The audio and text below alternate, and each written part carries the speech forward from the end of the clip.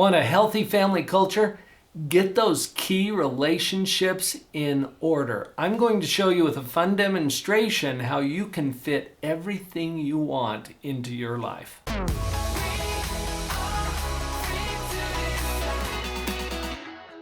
We have 7 key relationships, and a little hint, the kids come fourth.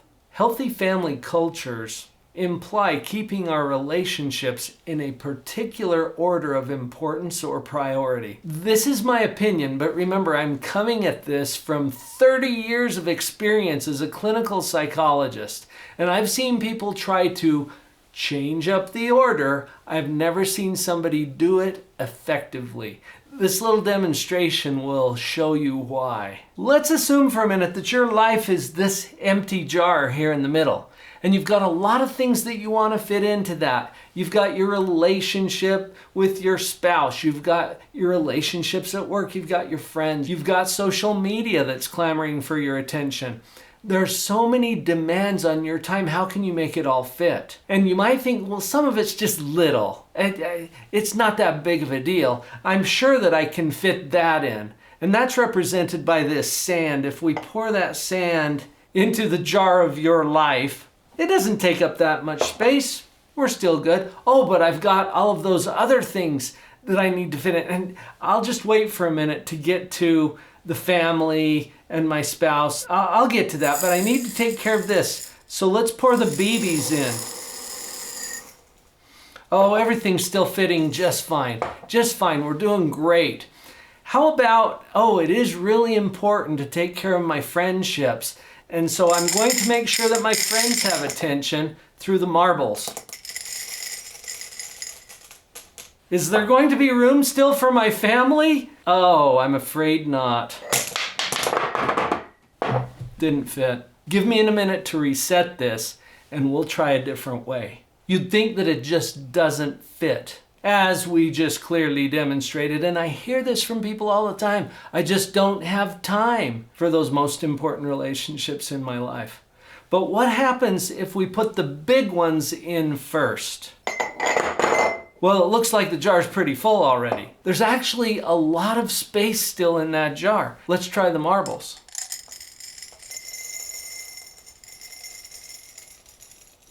So far, so good. But it's looking pretty full. Let's try the BBs.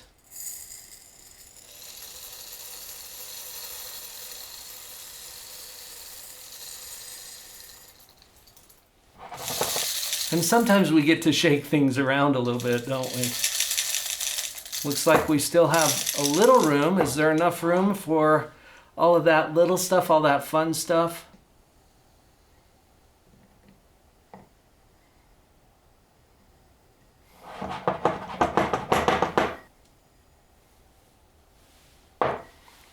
What do you know? It all fits. The only way to make sure that everything fits, everything that you want to put into your life, we have to handle the big things first. And this is true of our relationships. What are the big things first in a relationship? I mentioned that you've got 7 key relationships. Let's talk about all 7 in the order of their importance. This is the order in which you get to put them into your life if you want to make sure that everything fits. Remember, I gave you a disclaimer earlier?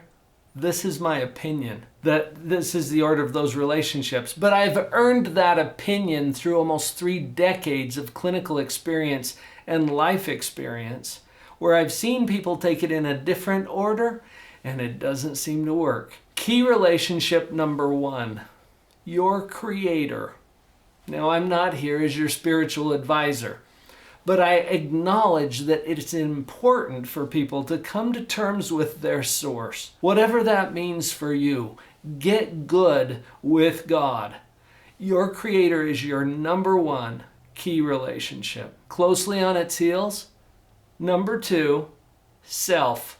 Some people skip this one. They don't even think it's a relationship. And then they go around being all kind and compassionate and loving toward everyone except for one, where they are cruel and judgmental and ruthless toward themselves. Humans do this. It's a common characteristic, but that's an important relationship.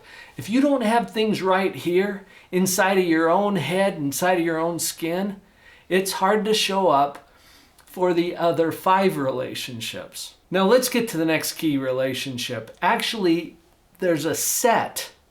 The next 3 come in a set, and it's called family. So your family is next, but within family, it's important to see a priority there as well. So a key relationship number 3 is your spouse.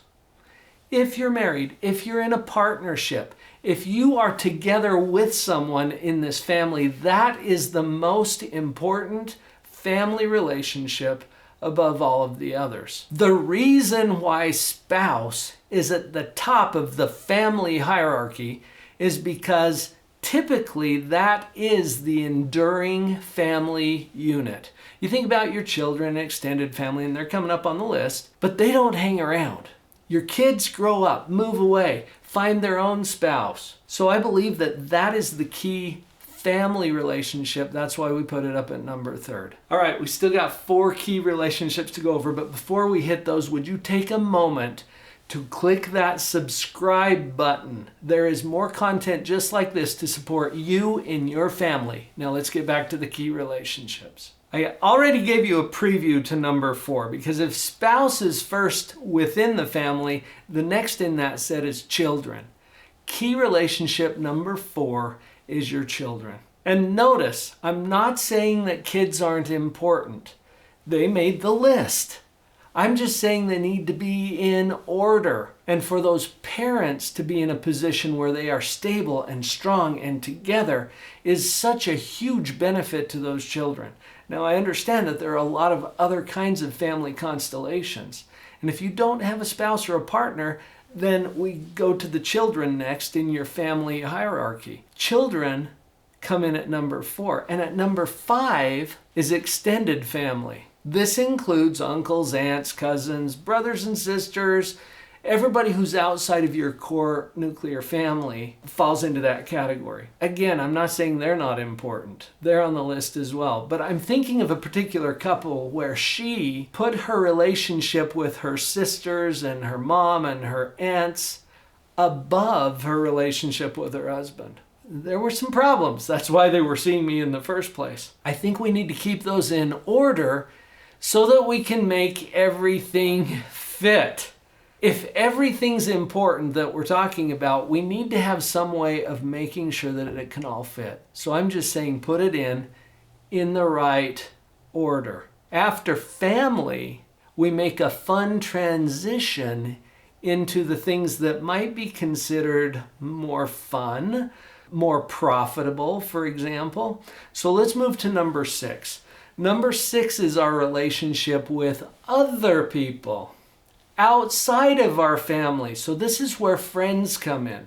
And this is where we engage with people in our community, or at the church, or at the school, or in the club, or online. Our customers, our clients. And this is the fun transition because it's at this level, after family, that economics kicks in. Because until now, value that we create in our relationships doesn't have an economic exchange. Think about it. You don't charge your kids for a hug. But as you create value for people outside of your family, you have the opportunity then to engage in an economic exchange with them. And that leads to key relationship number 7, and that is property. Property meaning things, stuff, money, things that you can own. And that's why it's important to keep it all in line. I can tell you countless examples of people who put money first and God last and family somewhere in between. And it never quite works out. They don't have a way to take care of everything, to fit it all in. But those who keep it all in order, handle the big things first. That order makes all the difference. Notice I'm acknowledging that everything, everyone on that list is important and valuable. Getting your key relationships in the right order is what allows you to establish that positive family culture and fit everything that you want into your life. Successful life and positive parenting is built upon a sturdy family culture. And that's what you get to explore even more in that next video. Cue that one up next, click on it now, and I'll see you over there.